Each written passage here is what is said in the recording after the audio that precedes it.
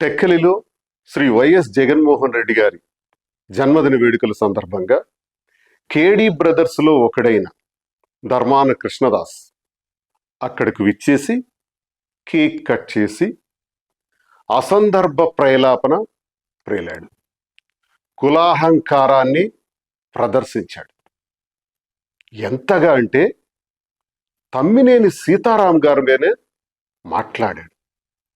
తమ్మినేని సీతారాం గారట బలహీనమైనటువంటి వ్యక్తి అంట, ఆయన వృద్ధుడని భావం వచ్చేటట్లు.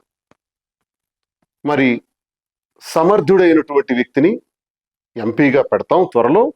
ఈ రోజు వరకు సీతారాం గారే ఇన్ఛార్జిగా ఉన్నారు.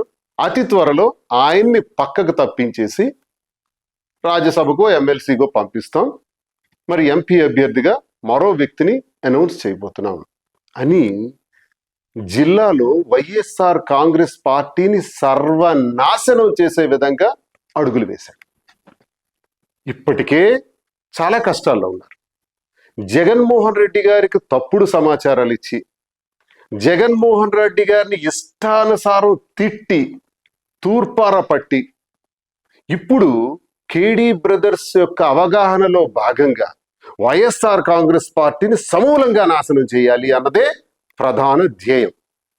మరి కులాహంకారం ప్రదర్శిస్తూ సీతారాం గురించి ఆయన ఆడిన మాటలు ఈ వీడియోలో ఒకసారి వినండి.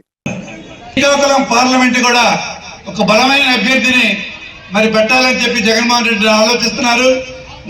తొందరగానే అభ్యర్థిని ఇప్పటికి నియోజకవర్గ సమన్వయకర్తగా మన గౌరవనీయులు పెద్దలు మాజీ స్పీకర్ సీతారాం గారికి అనౌన్స్ చేశారు.